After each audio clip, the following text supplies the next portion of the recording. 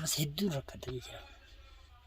Bishaan harkanne konkoon harkanne haala hamaa keessan jira jechuudha. Wali nama asanaa wayya na fakkaate naqabanii jiran naqabuu baannaan as keessaa boon kiyya hafa hin qabu jechuudha inshaallah. Warahmatullahi wabarakatuh. Jirtu daawwattoota hordoftoota namaaf miidiyaa shama akkam jirtan bakkuma jirtan nageenyi rabbii guddaa isin biraa jiraatu isin jira.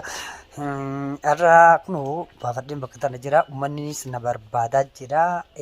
Na barbaadaa jirani.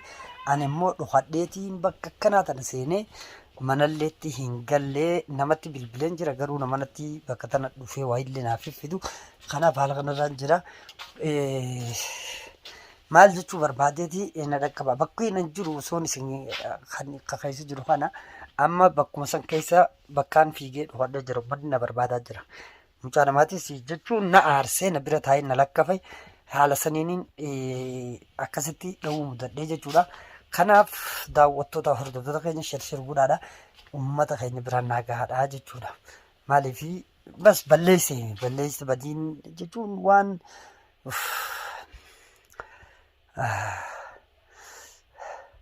ambar lola bakka kanaa tanaan jira jechuudha. Bakka kanaa tanaan jira asiin taa'utti jira asumaan firraa ta'a.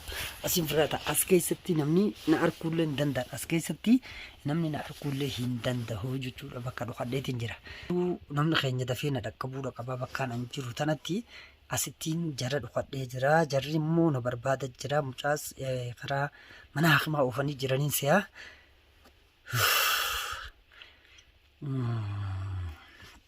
Asiis akkaan itti bahu wallaalee maaliif achuma keessaa bas yeroo san fiigee bakka tana seenee mee namni yoo rabbii nama na fidee waan naaf fidanis ni dhiigaa jechuu kiyya. Kanaaf shirguudhaa fiidiyoo tanaa nama biraan naagaan isiniin jaa haalli an keessa jiru haala ulfaataadha. Kanaas quba qabaachuudha qabdanii daawwattootaaf hordoftoota namaaf miidiyaa ammaas irra deebi'ee warroonni viidiyoon tun bira keessa shirguudhaadha. Osoo uummanni kun harkaan naqabee telefoona irraa fuune osoo waa takkallee jechuun haala hunda keessatti waan jechuun waan jiraa waan hin qabu waan ittiin ijadhullee nan dhorkine uummata keenya biraan naagaa isiniin jaa. Warri naannoo tana jiraatanis natti dirmadhaa. Egaa balaan deemtu balaa nama qabsiifti balaan na qabattee jirti jechuudha. Kanaaf ani itti yaadeeti miti mucaan sanillee miskiina wanni immoo akkas na goosise waan biraa takkaa miti. Na bira taa'ee anaa lubbuurraa hin dubbachaa jira.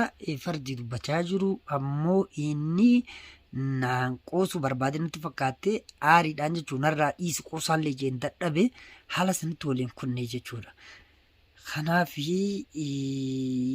guyyaan nagaa hedduudha. Guyyaan badii tokko jaan taate wanni taate kan isinitti dhaammadhu yoo jiraate daftanii na dhaqqabuu qofaa haasa biraallee hin qabu.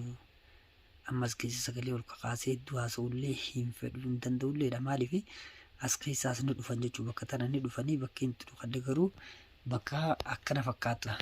Kana gartanii kana gartaa rakkoodha jechuudha. Amma asillee ifaadhaatu jira bakka ifaan hin jirre barbaadadhee yoon keessa taa'e malee anaaf bakki tunuu unaaf hin taane jechuudha.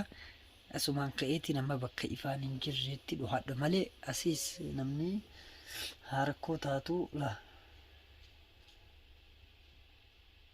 sagalee namaatiin dhagaa jira.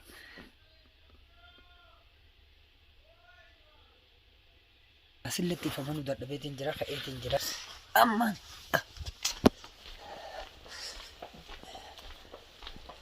Aisyah nawal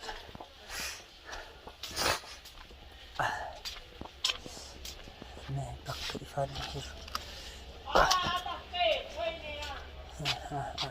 Sagali nama asana wajah nampak hati asama ulang telah satu nula ulatana bakka mata tayo masih dohadde malee tani asittiin dohadda mee sini suura asana jirtan doa na gudaadhaa iyyuu bakka kanaa tana dohadde malee laal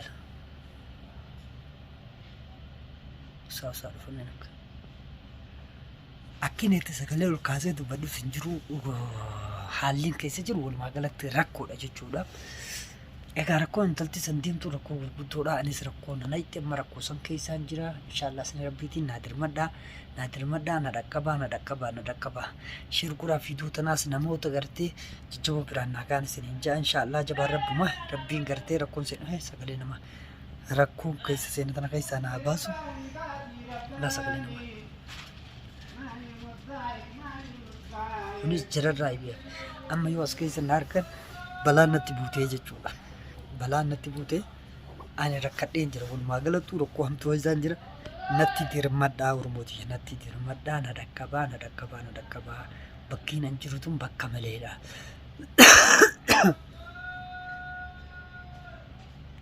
Allah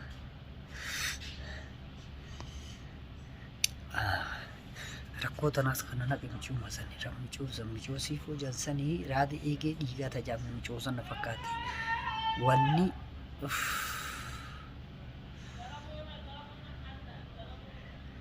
siifoon hojii isii haa nyaattu harka isii jechuudha. Qofa isii maasuu fedhu fiifuu rakkadheen jira qofa isaa jira namni qofa isii jiru waa'ee namaa wanni irraa haasa'u jiru. Nama jiraatee tuutuu waanuma dubbachuu qabsan waa'ee namaallee haasa'uu danda'a jechuudha.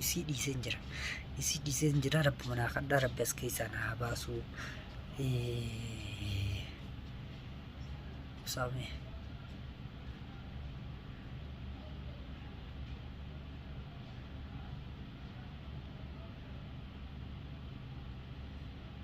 bas namaan eegu jira kanallee rabbiin nagaan natti haa fidu. Bakkaan jiru akeekeetiif hin jira yeroo isaan dhiyaatan ammoo ittichi dhiyaadhee isaan bakka akkanaa jeeni bakka isaanitti eeggachuu hin danda'a.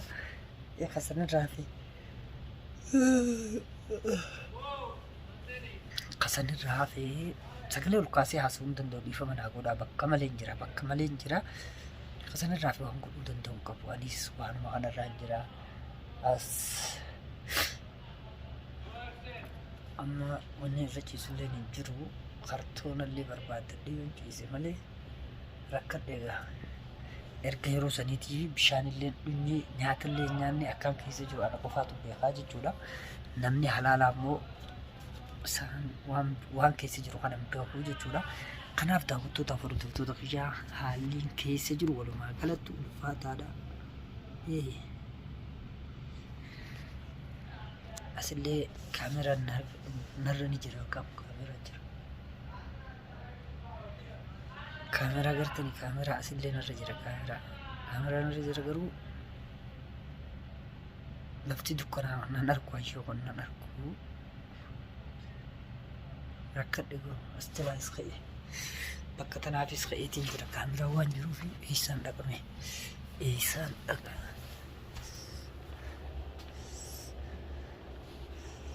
Ramadi shakkanidha.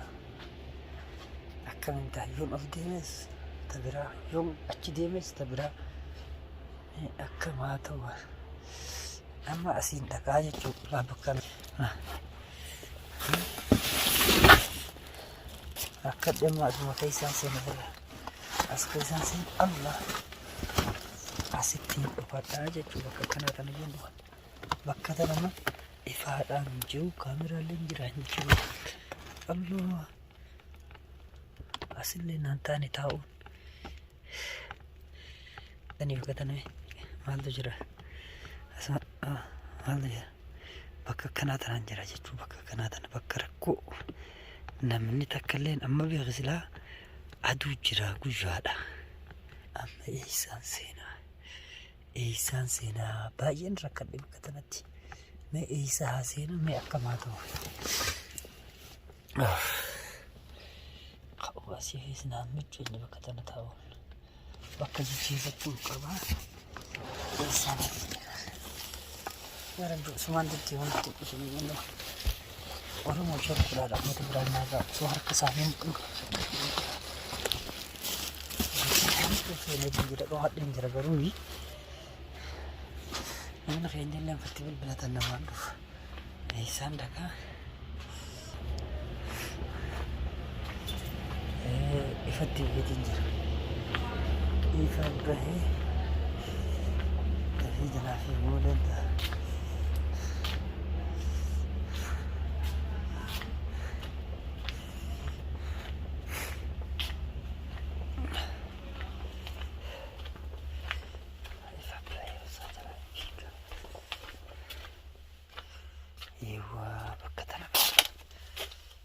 Ini mul'at. Haala yeroo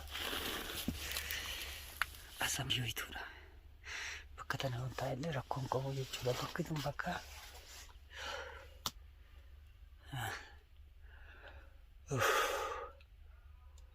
asuma biraa taa'a maaliin godha.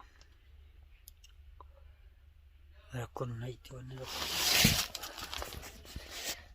Kan isin dhaabban dhuunfanii asirra dhufee fi natti tolteetii miti. Shirkuudhaadhaa namoota as jiran lakkanaa darbatan naa taasisan isin jaa. Ammas hedduun rakkadha jira. Bishaan harkanne, qoonqoon harkanne haala hamaa keessan jira jechuudha.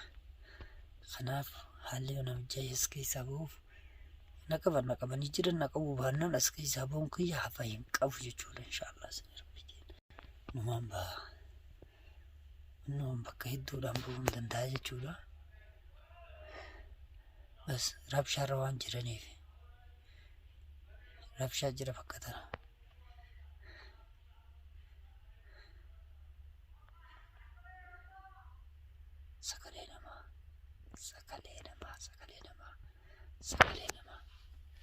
Sagalee namaa dhagaa jira.